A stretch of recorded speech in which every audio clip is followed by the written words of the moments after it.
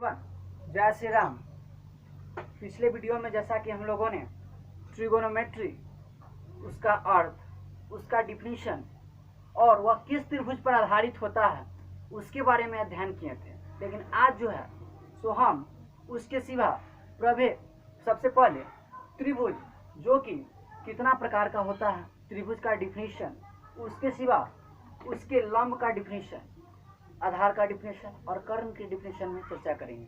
सबसे पहले त्रिभुज। त्रिभुज सबसे पहले कहते किसको है उसके बारे में जानेंगे। तीन सरल रेखाओं से घिरे या बंद क्षेत्र को त्रिभुज कहते हैं। सरल रेखा यानी सीधी रेखा। सीधी रेखा कहने का मतलब है स्ट्रेट लाइन। जैसे कि देखिए इस लाइन को सीधी रेखा कहते हैं। जो सीधी रेखाओं से तीन सरल सीधी रेखाओं या सीधी रेखाओं से घिरे क्षेत्र को या बंद क्षेत्र को त्रिभुज कहते हैं। उसके बाद त्रिभुज के प्रकार के बारे में अध्ययन करेंगे। त्रिभुज प्रायः 6 प्रकार के होते हैं, जिसमें से भुजा के आधार पर 3 और कोण के आधार पर 3। भुजा के आधार पर समबाहु त्रिभुज, समद्विबाहु त्रिभुज, विषमबाहु त्रिभुज। कोण के आधार पर समकोण त्रिभुज, न्यून कोण त्रिभुज, अधिक कोण त्रिभुज। समकोण त्रिभुज जिसके बारे में हमको ट्रिगोनोमेट्री यानी क्लास 10th के ट्रिगोनोमेट्री में पढ़ना है। उससे पहले समबाहु त्रिभुज के बारे में हम लोग अभी अध्ययन करेंगे, क्योंकि त्रिभुज जब पढ़ रहे हैं तो त्रिभुज के सभी कोणों एवं भुजाओं के आधार पर जितने प्रकार होते हैं उनका अध्ययन करना हमें जरूरी है। समबाहु त्रिभुज वैसा त्रिभुज जिसकी सभी भुजाएं आपस में बराबर हो, समबाहु त्रिभुज कहलाता है, जिसका फिगर सबसे फर्स्ट नंबर जो यहाँ पर दिया गया है सो है। दूसरा नंबर समद्विबाहु त्रिभुज। समद्विबाहु त्रिभुज यानी कि इसका डिफिनेशन जो होगा कि वैसा त्रिभुज जिसकी कोई दो भुजाएं आपस में बराबर हो, समद्विबाहु त्रिभुज कहलाता है, जिसका फिगर जो है सो ये 2 नंबर है। तीसरा नंबर विषमबाहु त्रिभुज। वैसा त्रिभुज जिसकी कोई भुजाएं आपस में बराबर नहीं हो, समद्विबाहु के बदले नीचे वाला विषमबाहु त्रिभुज कहलाता है। समद्विबाहु त्रिभुज का डिफिनेशन पीछे हम रिपीट कर चुके हैं कि वैसा त्रिभुज जिसकी कोई दो भुजा आपस में बराबर हो, समद्विबाहु त्रिभुज कहलाता है। लेकिन विषमबाहु त्रिभुज वैसा त्रिभुज जिसकी कोई भुजाएं आपस में बराबर नहीं हो, विषमबाहु त्रिभुज कहलाता है, जिसका फिगर जो है सो ये वाला। उसके बाद आगे हम लोग कोण के आधार पर त्रिभुज का अध्ययन करेंगे, जो कि इस प्रकार है। समकोण त्रिभुज वैसा त्रिभुज जिसका एक कोण समकोण अर्थात 90 डिग्री का हो, समकोण त्रिभुज कहलाता है, जिसका पहला नंबर फिगर जो है सो यही है। दूसरा नंबर न्यून कोण त्रिभुज। वैसा त्रिभुज जिसका प्रत्येक कोण 90 डिग्री से कम हो, वैसा त्रिभुज जिसका प्रत्येक कोण 90 डिग्री से कम हो, न्यून कोण त्रिभुज कहलाता है, जिसका फिगर या दूसरा नंबर है। उसके बाद पहले समझते हैं फिगर को। पहला नंबर जो समकोण था वो 90 डिग्री के बराबर था, प्रत्येक कोण नहीं, एक कोण उसका 90 डिग्री के बराबर था, इसलिए पहला कोण है तो 90 डिग्री के बराबर यहाँ पर शो किया गया है फिगर के माध्यम से।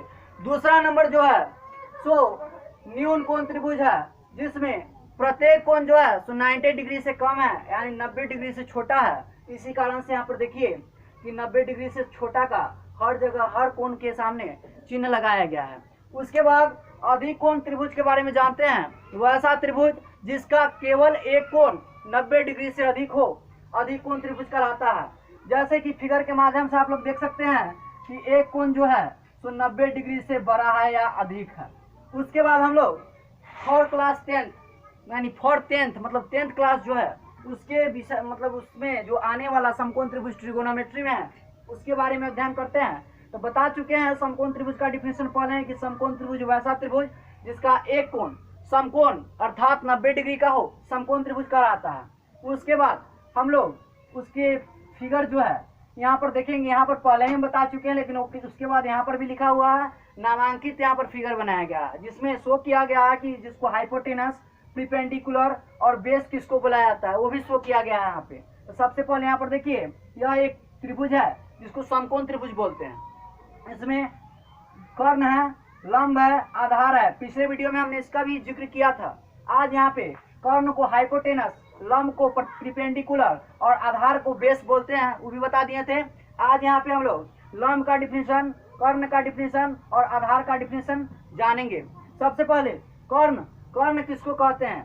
समकोण त्रिभुज, समकोण त्रिभुज की सबसे बड़ी भुजा को कर्ण कहते हैं, या समकोण, समकोण के सामने वाली भुजा को कर्ण कहते हैं। फिगर के माध्यम से देखेंगे तो देखिए समकोण त्रिभुज में सबसे बड़ी भुजा यही है, यानी सामने वाला एसी भुजा जो है सो ही क्या है?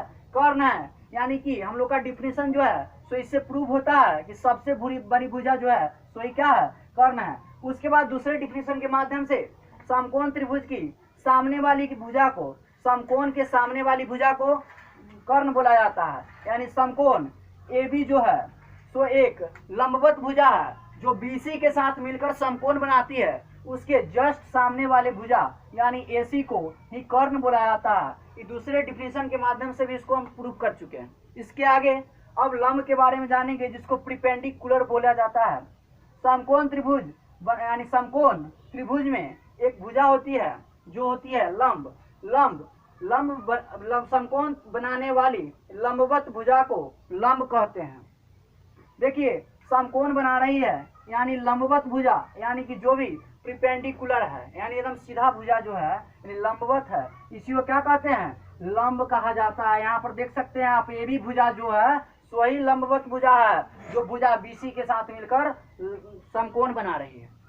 उसके बाद हम लोग आधार के बारे में चर्चा करेंगे। आधार वैसी भुजा जिस पर समकोण त्रिभुज टीका हो या खड़ा हो। यहाँ पर देखिएगा, या दूसरे शब्दों में इसको बोला जा सकता है कि वैसी भुजा जिस पर कर्ण, जिसको मिलकर कर्ण या समकोण बनाया जा सकता है, समकोण त्रिभुज की भुजाएं कहलाती है, जो कि आधार होता है।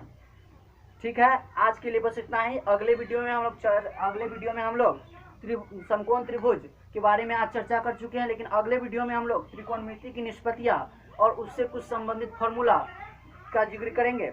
आज के लिए बस इतना ही। जय हिंद, जय